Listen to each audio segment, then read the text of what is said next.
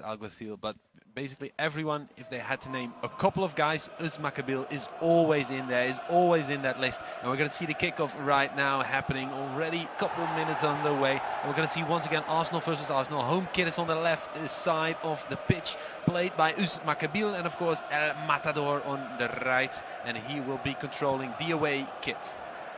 Yeah, so it will be Usmakabyle who has the first chance of the match, and it's come all the way through, and it's a big miss saved by the goalkeeper, but it's gone through his legs on the rebound. A perfect start, a wry smile there for Usmakabyle, because really, Rene, that was a lucky goal in the end. Yeah, indeed. The keeper wasn't quick enough to get on his feet once again, and the rebound was easily converted.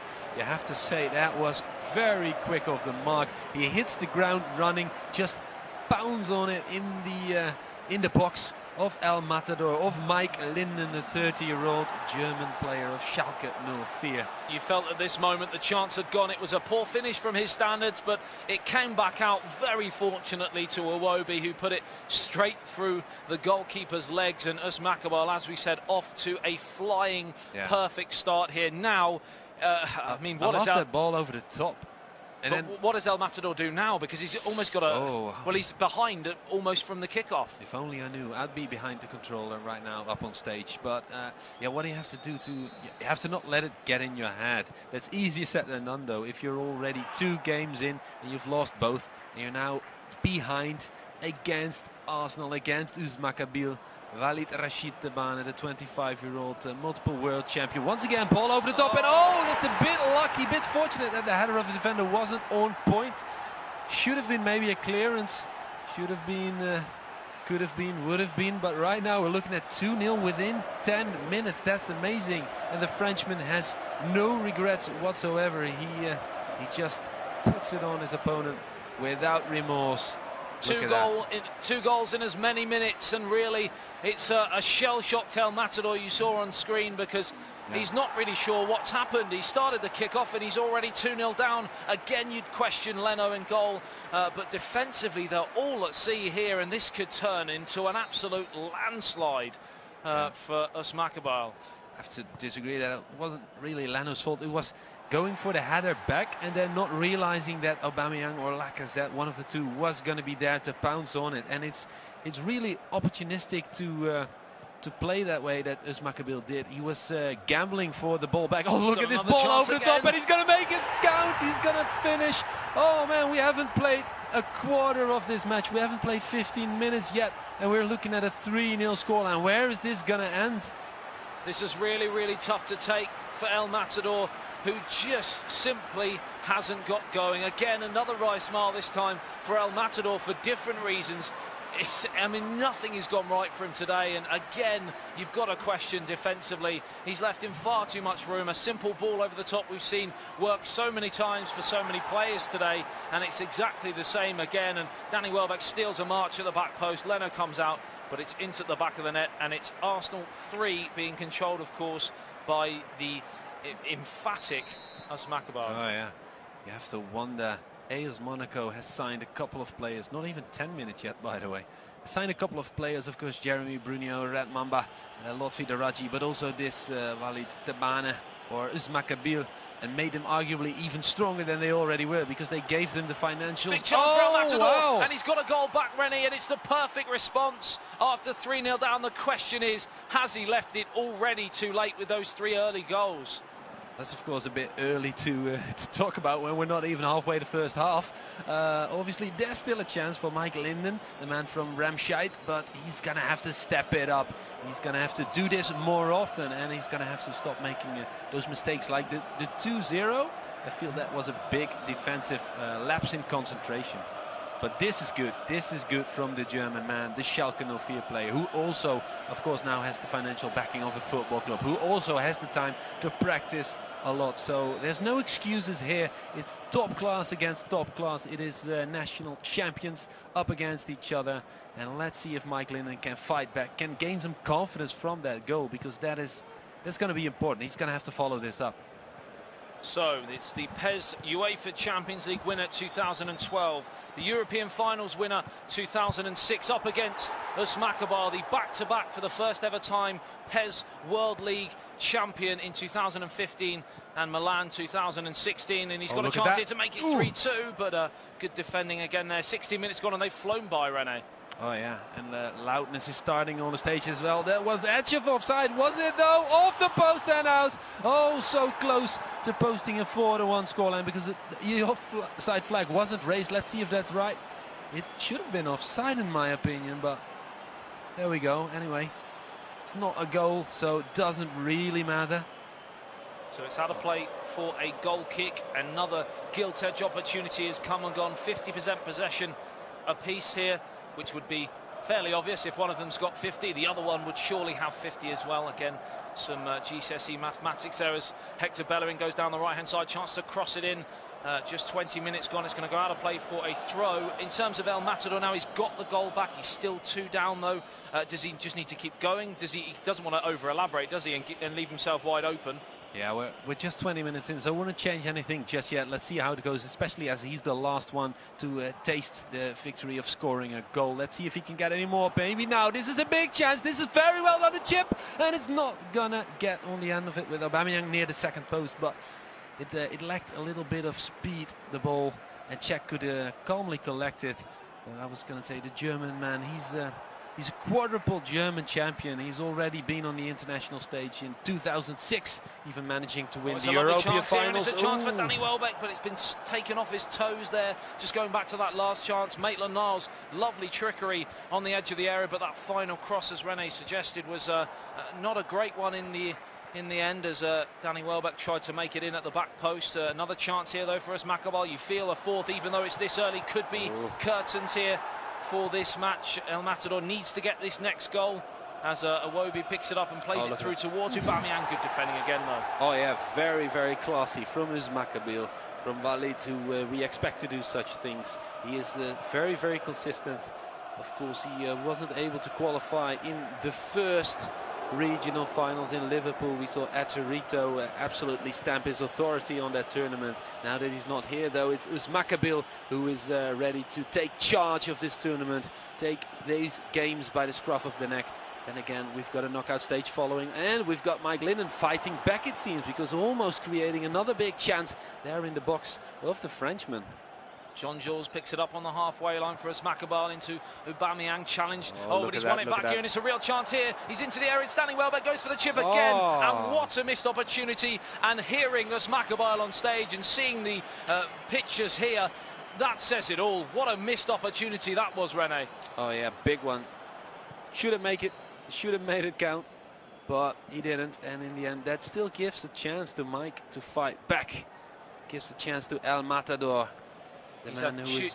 He's had 2 huge missed opportunities, as one came back off the foot of the post, the other one flying over the top. They're both from chips going through on goal, when perhaps a simple placement would have done the job and would have sufficed. And now the ball down the right hand side for El Matador. It's going to go out of play, and even though El Matador's not been at his best, he's still just about clinging on here for dear life, isn't he? Yeah, and it's looking way better than in the opening 10 minutes, because that was all one direction, one-way traffic. It was all Usmakabyle, although he's still the stronger. Mike is now creating chances, but this is a big chance for Usmakabyle. Can he finish? No, off the keeper and out. And he's not going to be able to do anything from this angle, not just yet. In fact, El Matador takes over. The man flying Schalke 04's proud blue colors, the man from Bochum, and he's gonna get a really good through ball. Danny Welbeck on the end of it. Oh, once again the chip, once again lacking the right direction and strength, and once again Czech is in between. Just 1 minute. Yeah, just 1 minute remaining here in this first half. Still 3-1. There is a 1-1 scoreline between Indominator and Lescanano. But it's another chance here for Aubameyang. Challenge comes in again. And it has finished here at the end of the first half. 3-1 in favour of the Frenchman, Usmakabyle. And, well, like we said, he's just about hanging in there, El Matador. Yeah, and the weird thing is that Usmakabyle only had 46% of possession. It doesn't seem like that, but still, towards the end of that first half, we've seen more chances coming El-Matador's way. So you have to feel like he can still try and go on this way without doing much changes, and just hope for better finishing. Like, ooh, once again, almost a big moment for him, but Usmakabyle's defending is so spot on. Look at that ball over the top for Aubameyang to latch onto it. He's going to unleash a shot. It's not going to hit the target though. Keeper equal to it. It's going to get cleared away by El-Matador, who gets to lives to fight another day.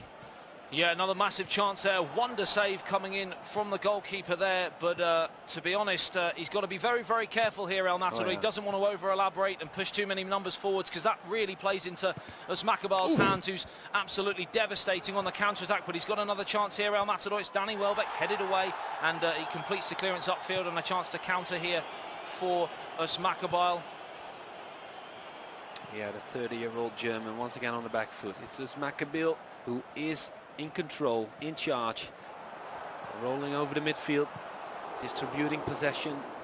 The ending pass isn't good, but he's still got possession back really, really quickly before the halfway line is reached. There we go with the through ball. He's going to try and cut it back on his right foot.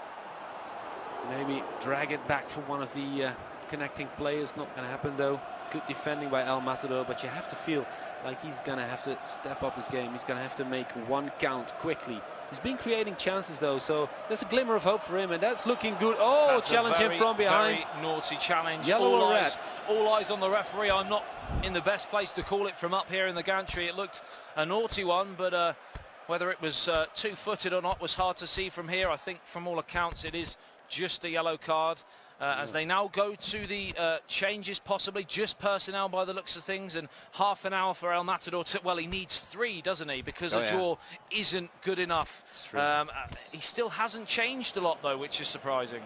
Yeah, well, I said about 10 minutes ago he doesn't need to change just yet, but right now I would start to look at that statistical board. I would start to look at my team.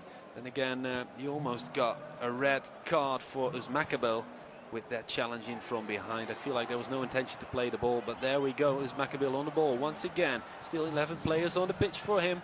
11 for his opponent as well. Tries to get the cross in, but good defending from the German. Does concede a corner, so the Frenchman has every chance to put this one to bed early. We've still got half an hour left to play, and you have to feel it's weird that we're already talking about maybe the end of this match.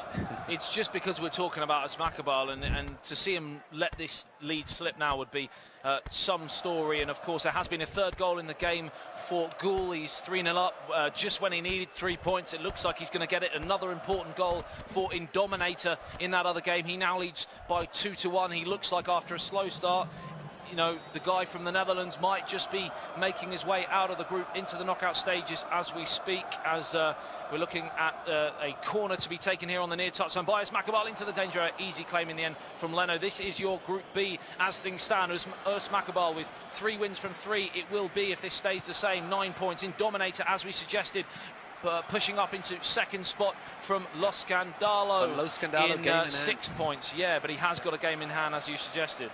Yeah, but let's focus on what's happening right now on the pitch, because I gotta feel that El-Matador, he's not out of this just yet. This guy has seen it, been there, done it. He's the European final winner of 2006, like I suggested. The World Finals in 2012, he took 3rd place again, and the UEFA Champions League winner in 2012 as well. So he's got some big international wins as well, but they are from a longer time ago than Usmakabyle. So that's the reason why we're all looking at Usmakabyle to be the big favorite here at this tournament. More recent international victories, sorry. And the 30-year-old Mike Linden, he's got it all to do right now. Like you said, he actually needs 3 goals. A draw could suffice, but that's a really weird scenario where he would need to have a better goal difference than in Dominator, and he would need Lo Scandalo to lose his last match. You don't want to depend on that. You want to grab 3 points here, but it's getting harder and harder as it's every another chance here for Usmakabyle over the top on the counter, pulls it across, Aubameyang to win it. Oh, it's scuffed through the goalkeeper's hands. Usmakabyle takes a 4-1 lead, and that, I mean, we talked about whether there has been goalkeeping errors throughout the game. You have to say, on another day, he saves 9 out of 10 of those, doesn't he? Definitely, yeah. He got a hand on it, but not good enough. slipped right through. And you have to feel for El Matador, because he was stronger in the second half. He was equal to Usmakabyle, but he didn't do as well as Usmakabyle with his chances. Look at that, a little bit of luck there for the Frenchman. And look at Czech on the ground. Is this done and dusted, Adam? I think so, to be honest, Rene. I mean, I thought it was at 3-1. In fact, as soon as he went 3-0 up, I thought, as good as El Matador is, I thought there's no way in a million years Usmakabyle is going to ship 4 goals now. And if anything, he's just gone out and got another one. So with 15 minutes remaining here, unless we see something that we've never seen in the history of the PES League, then I don't think it's going to be the case for him today. And unfortunately, the German will be crashing out at the first possible opportunity. So 13 minutes just to kind of go through the motions for Usmakabyle, but it's a chance here for El Matador. Is it going to get an instant response? No, and that just pretty much sums up his day so far. Shame. You have to feel for El Matador, the 30-year-old, the veteran, the man who's seen it, been there, done it. But we've last seen him 2 years ago on the road to Cardiff in the Season 1 final in Barcelona, and he didn't quite make it there. Finally, he's qualified himself for a big event again, as Usmakabyle is going to put this one beyond all doubt, as if there was any left. 5-1 the scoreline with 10 minutes left to go. I'd say that's game, set and match right here. Yeah, it's not nice to see El Matador go out in this fashion, but unfortunately he's come up against a guy today who he looks like he's been unleashed from his co-op sort of restrictions. He's such a good player in 1v1s. He's been impossible to play against over many of the last sort of 3 to 4 to 5 years, and he's proving here he's back and he wants to take the crown again. Shouts for handball, but of course it wouldn't have mattered anyway. It is in the back of the net. A simple tap in there for Mkhitaryan, the former Dortmund man, and yeah, game, set, match to the Frenchman. Yeah, and of course El Matador is not the only one who's getting hammered like this by Usmakabyle. We've seen it happen before. In fact, we've seen it happen today in the very first match in Dominator, yeah. 5-0. Yeah. After that, we've seen Jose go down. Although that was a thrilling affair. It was 4-3 in favour of Usmakabyle. He was 3-2 up as well, Jose. Yeah, look at that. Look at that. Goal scorers. 3-1 up, actually. Goal scorers in the tournament. Almighty Diaz right behind Usmakabyle, but not even close to him. 9 goals for Vishal Jangur and 13 goals for Walid Rashid Tebane right now. And he's still got some time to maybe even do more. Let's hope for El Matador that's not the case. In fact, El Matador right now in the box of his opponent. He's going to make this one count, surely. No, Nicotia pushed off the ball. Still a chance though. Mesut Ozil, the world champion. Can he do it? There we go, the layoff. Maybe this is a bit too much. Should have pulled the trigger. Could have. But he didn't do it, and in the end he still got the ball though. So 5-1 with just 1 minute remaining. You may have heard some shouts, or as Paul loves to hear, hoops and hollers behind us, because Chris has just got a crucial 1-0 victory against Merriman, who really, that result will open up that group completely and give, as you can see on your screen now, 7 points to the Portuguese man. And now it's in towards Danny Welbeck, a chance for 6 for Usmakabyle, and it wouldn't really come on. Stunning play from Usmakabyle, and this is why they call him one of the greatest ever players to have graced the PES League, because he can come in at this stage with these sort of circumstances and wipe the floor of the opposition. Oh yeah. So that's goal number 14 in this tournament by this man. While he has only played 3 matches, he's one of the players who still has a game in hand, as opposed to some guys who've already played 4. So now he's leading that board as well, but also the points, because he's got 9 out of 3, and he looks like he's unstoppable, unplayable, I'd say.